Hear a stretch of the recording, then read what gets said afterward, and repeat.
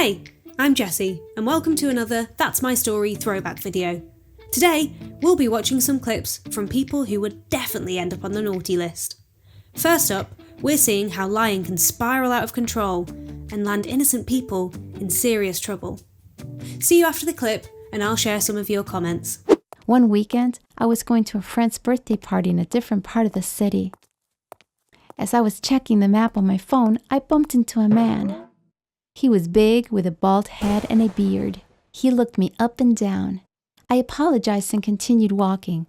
When I looked back, I saw that he was following me. Or at least I thought he was, until he turned to another street.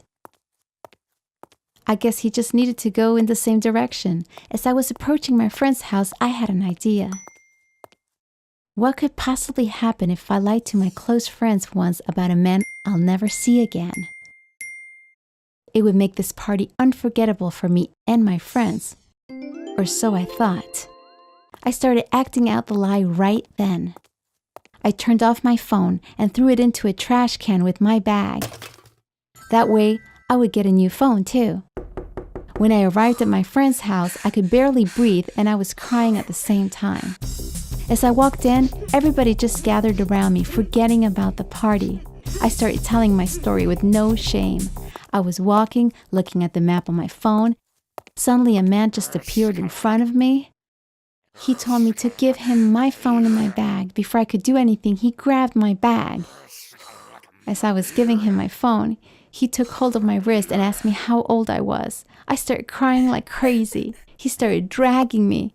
Just then, someone from inside one of the apartments yelled, "Let her go! I'm calling the police!" And he freaked out. So I started running without looking back. I owe that woman my life. But my phone and my bag were stolen. My goal was to get all the attention and then enjoy the party.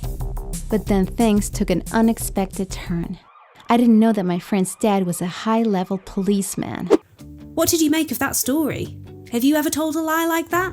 Don't forget, the whole episode is available to watch on our channel. The link is in the description. Ambitious Ida thinks she should use her lying story skills to write a blockbuster movie, and Riri insists she'd never throw her phone away because of a lie. As always, thanks for sharing your comments. Keep them coming so we can do more shoutouts in future episodes.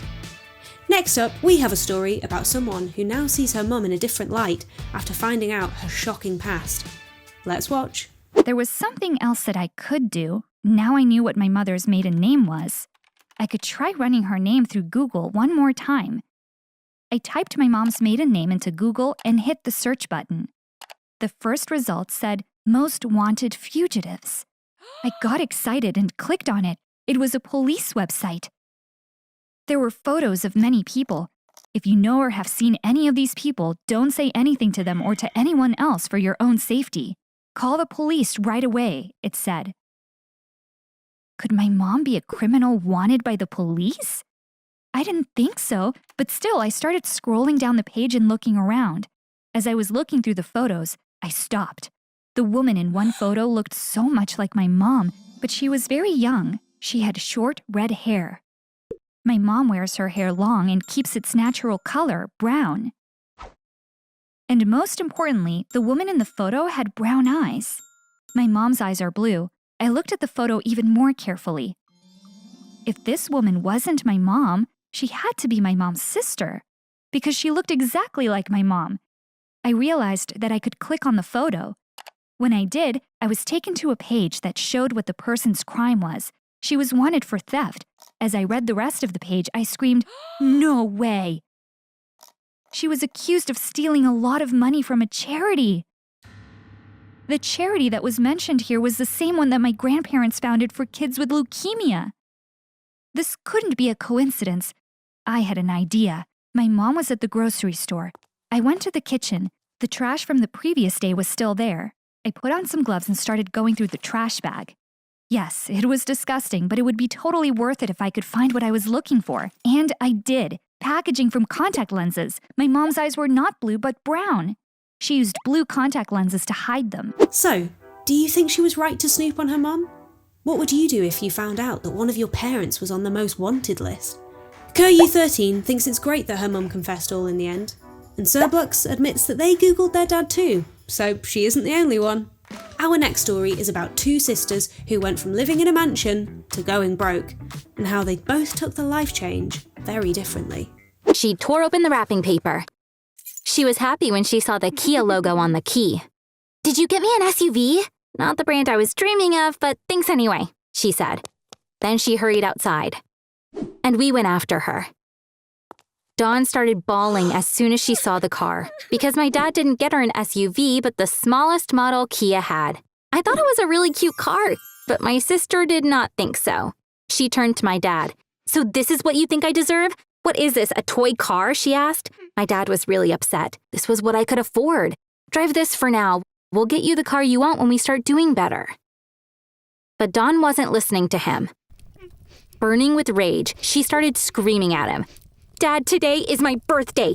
Do you understand? My birthday. I wanted to be happy for just one day a year, but you couldn't even make that happen. How can you call yourself a father? I don't think you deserve to be called one." After she was finished, she threw the key at my dad and ran home. I'd never seen my dad so upset. He fell down to his knees. He held his head. My mom went to him. She held him. They stayed that way for some time. Then suddenly my dad got up. He picked up the car keys from the floor. He got into the car and quickly drove away without saying a word. Whose side are you on? Was Dawn right to be angry? Find out if she ever changed her selfish ways by watching the full story. The link is in the description. Both Marie and OK Brad feel really sorry for Giselle's dad. Brad confesses to getting mad with their parents, but then always feels bad afterwards. Joanna reminds us to be grateful for everything. Thanks, Joanna. This next story is another one about siblings. In this clip, we'll see how Ethan managed to get away with using his parents' credit card without them even knowing. So Ethan and I have had to practically raise ourselves. This has its advantages and disadvantages. The best part is we learned to take care of ourselves. On the other hand, we lacked parental discipline. There's no one around asking us, "Why did you do this?" or "Why didn't you do that?" Our parents come home so tired, they don't have the energy to deal with us in the evenings. I always thought this was a blessing.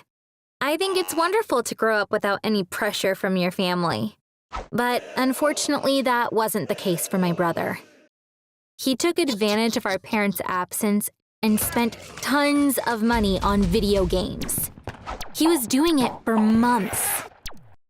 That's how we found out that he was really lacking parental discipline. But of course, it was too late. By the time we realized this, Ethan had almost bankrupted the family. Can you believe Ethan stole so much money? Would you have confessed if you'd done it? Find out how their dad shockingly taught Ethan a lesson in the full episode. Waves was in a similar situation and accidentally charged money onto his parents' account. Luckily it wasn't as much as Ethan, so this story showed Waves just how badly it could have turned out. Same thing happened to Supreme Girl, but her parents just gave her a warning. On to our final clip from the Naughty List special. This one is all about how family can become greedy when they think inheritance is up for grabs. Let's watch Boris's story to find out what happened to him and his cousins when their grandfather found out he was dying. Matt, who used to avoid him, started visiting him several times a day. At first, I thought they changed their attitude because they were sad about him being sick. But soon, their true intentions became clear.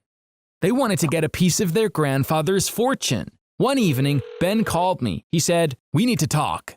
When I got to the coffee shop where we were supposed to meet, Matt was there too. I was wondering what this was about. Matt jumped right in. "Boris, has Grandpa drawn up his will yet? Do you know how he's going to divide the inheritance?" I was shocked. It disturbed me so much that while he was struggling with cancer, my cousins were after his money.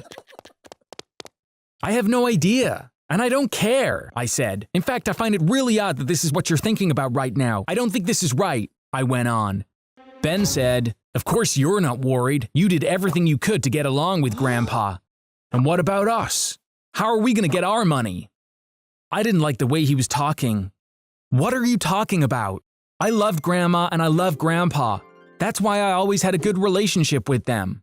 Matt said, "I'm really curious about what you could love about Grandpa. You're not fooling us. We know what you're up to. Do you think we're stupid?" Now this was too much. My grandfather is struggling with a terrible disease. I couldn't care less about the will or the inheritance. Do you think it was brave of Boris to confront his cousins? Do you think they deserved inheritance too? As always, please let me know your thoughts. I absolutely love reading your comments. Like this one from Cinnamon Latte, who thinks that Boris's cousins were really greedy, and David thinks it's sad that these people exist in the world. I hope you've enjoyed today's throwback episode. All the links to the full episodes are in the description. Go check them out, along with all of the other videos on the That's My Story channel. Thanks so much for watching. We'll see you next time, and remember to subscribe so you never miss out on a new upload. Bye!